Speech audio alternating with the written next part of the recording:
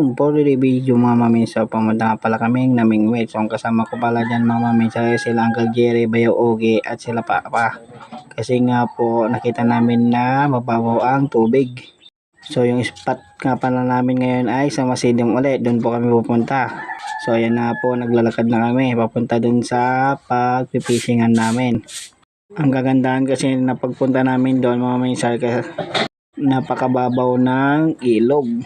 Tsaka maminsan hindi din ako nagtinda ngayon. So yan pala yung mga masusukal na dinaanan namin bago kami nakapunta dun sa spot namin.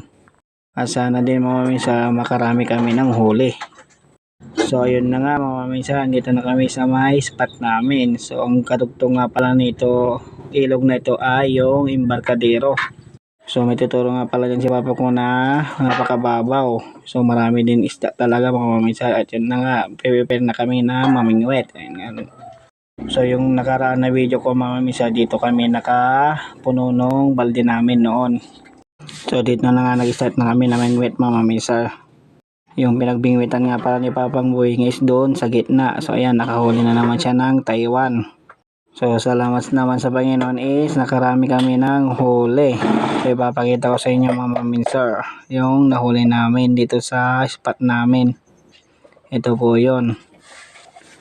So pagkatapos namin ng huli mga maminsan, kumain naman na kami ng baon namin. So ang baon nga pala namin is fresca tuna at meron din kaming kamatis at yung pinindang na binigay ni Anditin Lima. So pares nga pala kami ng baon ni Uncle Jerry. So yun, kain po tayo mga maminsan.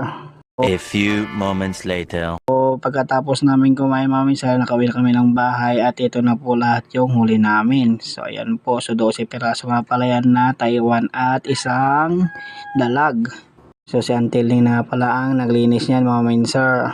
Sa mga hindi pa pala nakaka-follow sa aking Facebook page at Kuya John TV, sa aking YouTube channel naman at Kuya John TV1 mga maminsan, paki-follow naman po. Salamat sa panonood. Peace out.